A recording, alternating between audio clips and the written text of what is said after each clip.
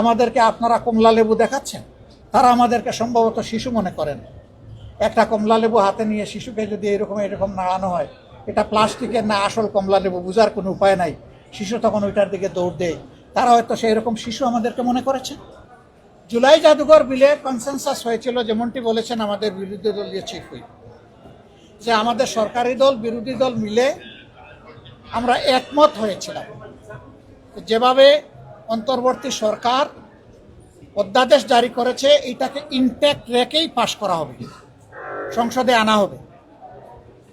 উত্থাপনও হলো সেইভাবে। হঠাৎ করে দেখা যায় সরকারি দলের একজন তিনি হাত উঠালেন, যেটা আনপ্রেসিডেন্টেড। সাধারণত বিল উত্থাপন করে সরকারি দল, কনসার্ন বা আপত্তি থাকলে হাত উঠায় বিরোধী দল। এখানে হাত উঠালেন একজন সরকারি দলের সদস্য। স্পিকার প্রথম তাকে বসিয়ে দিলেন, তারপরে তাকে কথা বলার সুযোগ দিলেন। দেওয়ার পরে তিনি 3টা সংশোধনী এখানে নিয়ে আসলেন। 3টা সংশোধনীর ব্যাপারে আমাদের নীতিগত আপত্তি আছে। তার চাইতে বড় আপত্তির জায়গাটা হলো যে আমরা তো জানলামই না যে কি সংশোধনী উনি এনেছেন, এটা জানার সুযোগ হয় নাই। তারা বলবেন মেমোতে দিয়েছেন।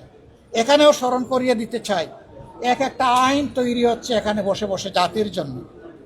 আমরা যখন কার্য উপদেষ্টা কমিটির 2য় বৈঠকে বসেছিলাম, তখন তারা সময়ের স্বল্পতা দেখার কারণে শুক্রবারটা এড করা হয়েছে রাত 12টা পর্যন্ত। সকাল বিকাল 2 বেলা, আগে 1 বেলা চলতো, ওই দিনের পর থেকে 2 বেলা করে শুরু হয়েছে অধিবেশন। এটা তো আমরা মেনে নিয়েছি।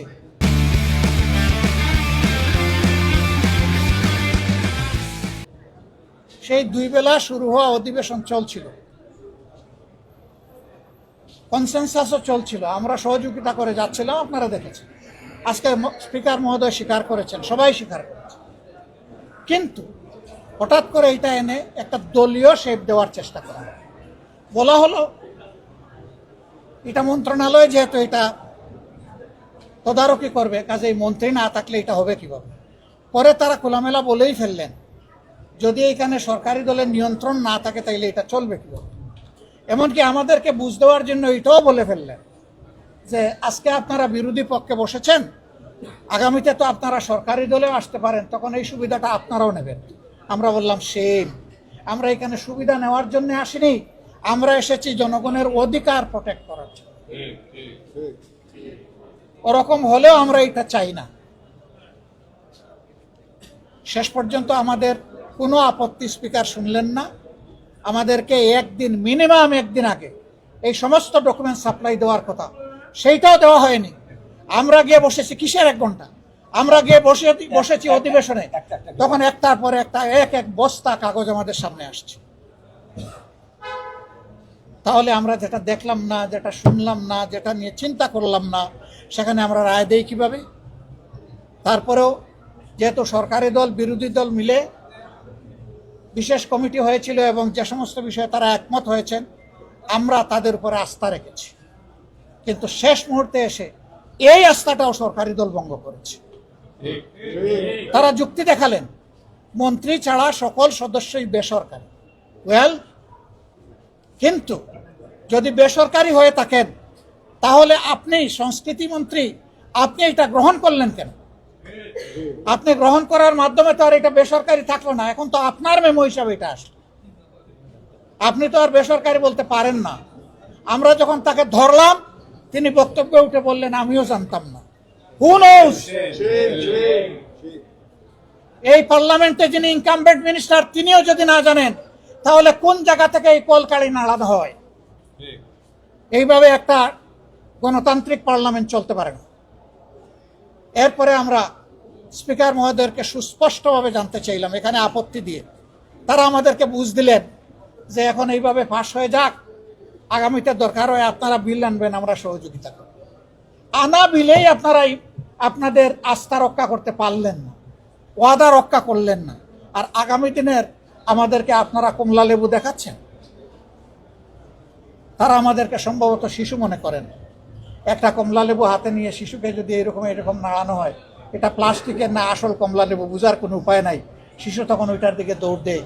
তারা হয়তো সেই রকম শিশু আমাদেরকে মনে করেছে, মনে করে এই ধরনের আচরণ আমাদের সাথে করেছে। এরপরে যখন আমরা সুস্পষ্টভাবে বললাম মাননীয় স্পিকার, আপনি তো এই সংসদের সর্বোচ্চ ব্যক্তি, আপনি এখানকার সভাপতি, আপনার সভাপতিত্বে যে বৈঠক হলো, আপনি যে রুলিংটা দিলেন যে প্রত্যেকটা বিল আকারে এখানে সবগুলা অধ্যাদেশ আসবে, আমরা স্পষ্ট জানতে চাই এগুলো আসবে কিনা। বিশেষভাবে আমরা জানতে চাই দুদকের বিল আসবে কিনা, পুলিশ সংস্কার কমিশন বিল আসবে কিনা, গুম কমিশনের বিল আসবে কিনা, পিএসসির বিল আসবে কিনা, যেগুলোর সাথে প্রত্যেকটি নাগরিকের ভাগ্য জড়িত, তার নিরাপত্তা জড়িত, যেগুলা দিয়ে অতীতে ফ্যাসিজম কায়েম করা হয়েছে দফায় দফায় বাংলাদেশে, অসংখ্য মানুষকে হত্যা করা হয়েছে, গণভোট অধ্যাদেশ আছে, এগুলা তারা আনবেন না। তারা আনবেন কোনগুলো? যেগুলাতে ফ্যাসিজম বহাল থাকবে, আনলে কোনো সমস্যা নাই। যেগুলা ক্ষমতাকে কুক্ষিগত করার জন্য দরকার সেইগুলা তারা আনবেন।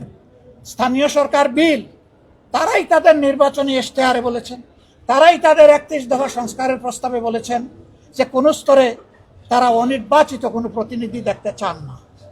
তারা নিজেদের সাথেই নিজেরা তাদের কথা রক্ষা করেন নাই, জাতির সাথে রক্ষা করেন নাই। এই আচরণ, স্ববিরোধী আচরণ, আস্থাহীনতার এই যে পরিবেশ তারা সৃষ্টি করেছে, আমরা এটার জন্য নিন্দা জানাই।